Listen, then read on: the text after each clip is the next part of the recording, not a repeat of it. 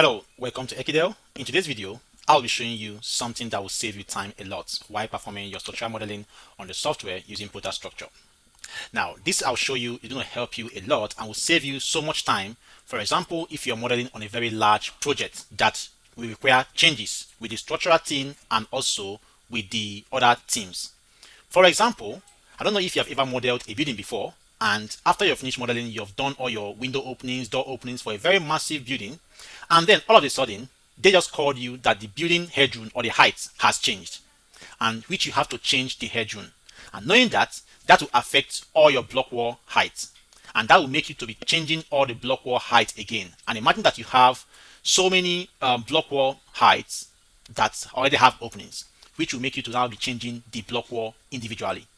And that will take so much time to do that. For example, whenever you change your block wall height, something like this happen because you have changed the height. You begin to have whenever you change your story height, something like this happen where you have a different block height because of the new changes. As you can see right now, there's an opening showing that this block wall is no longer meeting up to the required height standard.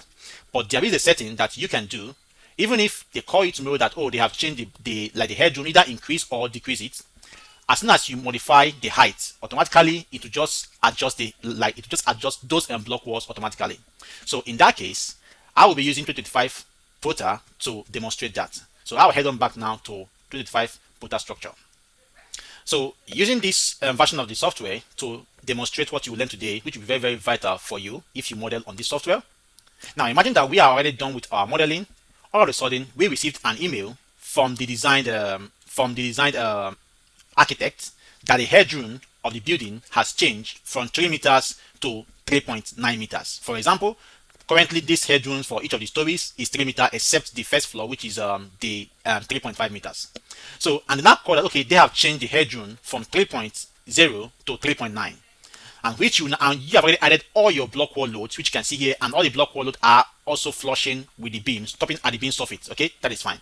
And you now have to change the headroom now to the new headroom that has been changed, which is the story height. If you head back to your story height edit here and then come here and come to edit and looking at your headroom, which is already there, and they say that the headroom starts from that 3.9 changes starts from the second floor to the last floor, and you are meant to change your headroom like this now. So come here and type in the new headroom 3.9, which is 3,900. I will just copy it now, and then come here again, paste here, come here, paste here, come here, paste here, come here, paste here. So we have now changed to the new headroom that the design architect has already approved. Okay, now if I head on and then say okay now, and on that okay, now you can see that as we have changed the headroom, there is now gap between our block wall and the beam because of the new headroom. You can see the gaps.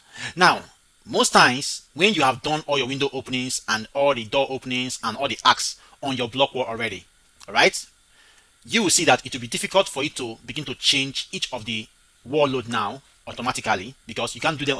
You can't go and change it again automatically because it has different openings and different walls openings. Okay, now this is what happens when you use a particular option when you're modeling your wall load. Now, what is the right wall load option you have to use to model your wall load so that you don't experience this issue even if they change their headroom to any either increase or decrease? Now, when you are trying to model your wall load, when you walk onto your wall load like this, right now I'm going to delete few of the wall loads here and then model them afresh. Now I will delete these 3 wall loads here, so I'll just highlight and let's let these 3 wall loads here, right click here, and I'll say delete wall loads here. Now once I've deleted this wall load, now I'll then show you how to correctly model your wall load whenever you are modeling a wall load, all right, so that you don't have any issue even if they change or decrease their headroom. So now that we have now removed this wall load from these beams, okay, you can see that we don't have wall load now on this beam except this one that we have here, which is already short. Now to now model your wall load correctly, I will model this particular wall load now here, for this beam.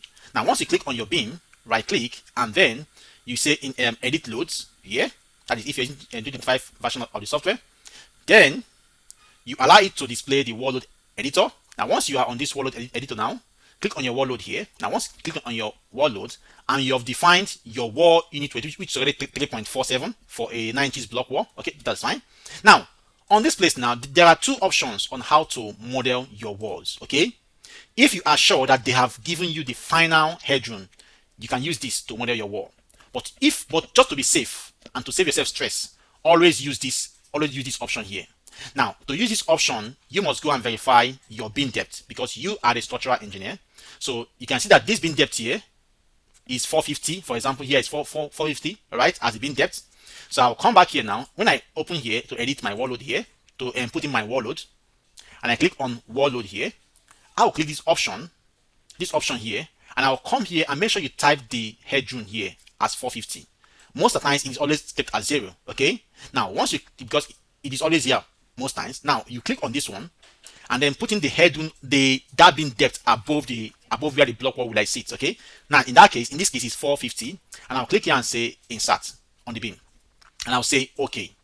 Now once I've said okay, now the wall load will insert, right? But the difference between this and this is that this one adjusts as you increase the headroom. It will just adjust itself, while this other one doesn't adjust. Now you can see that we have now added wall load here, right? Correct. Now I will copy this wall load now and then paste on the other two other beams that I've already taken off the wall loads. So I'll come now and then click on this beam and this beam here, okay? And I'll come now, right click and then paste the wall loads. Okay, that is fine. I'll paste it now. I'll paste it. Okay, that is fine. So this 3, 1, 2, and 3 was modeled using the beam head wall load option. Now I'll also delete this one now, or I'll just modify this one. All right. Okay, let me just say I'll just delete this one here. I'll take it off. All right, and then the headroom now for this wall load is 3.9. Let me assume that they have given us the headroom as 3.9. I will then come and the beam depth here is 450. So I'll come here, click on this, and say edit wall load. Sorry, edit load. Then I'll say wall load here, and I'll use this other option here. This other option now in this case.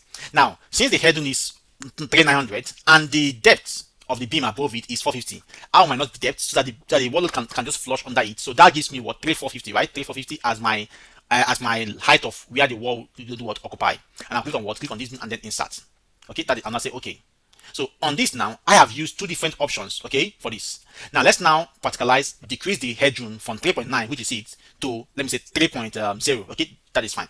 Now you can see that this one at this center was done using the actual block height wall model, while this one was inserted using the head like the depth of the beam to model this, and then this other one here.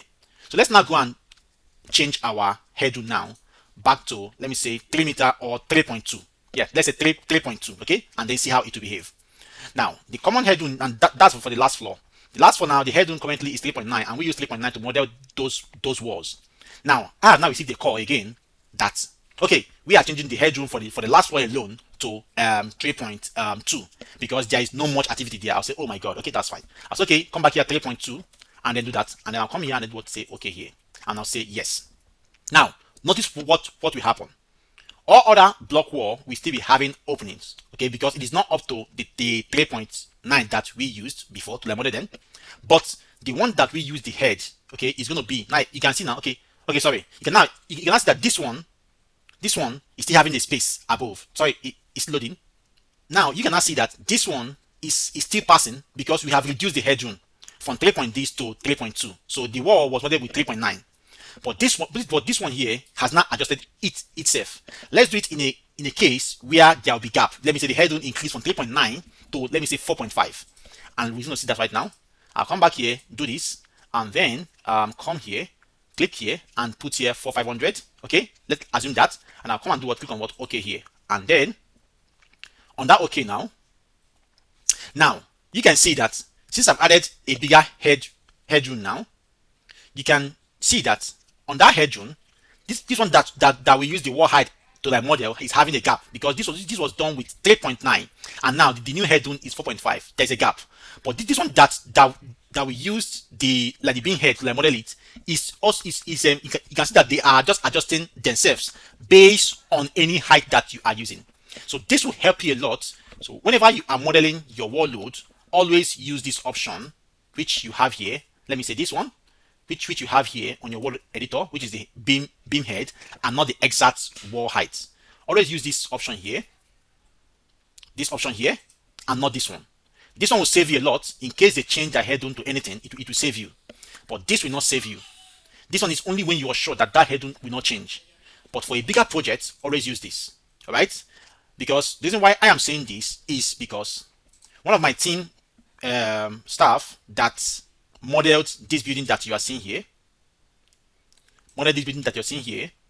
used the headroom, used the other option to like model this wall. And now we have been called that the headroom for this is currently 3.2, but we are changing to 3.8, which will make all this block wall, we are going to adjust the headroom automatically one by one, and you can see how massive this thing is. And we have already modeled all the openings. Each of the openings have different dimensions and different things. Okay, now that will make us now model each of these block wall afresh. But had it been the guy used this other method to model this other method here, so if I open this wall now, and you will see the method that the guy used. He used this method. If I click on the wall load now, you can see the method that he used to model the wall. So any change in headroom, you are going to adjust every of your block wall heights one after the other, because it was modeled with 3.5. But had it been he used this, it would have saved us time. We wouldn't have been able to do all that. We just come and increase the headroom, and then everything will just adjust itself. So that will save you a lot when you are modeling for a bigger project. So even if you're not modeling for a bigger project, always use that option so that you can be used to it. Okay, that's fine. So let me just show you that.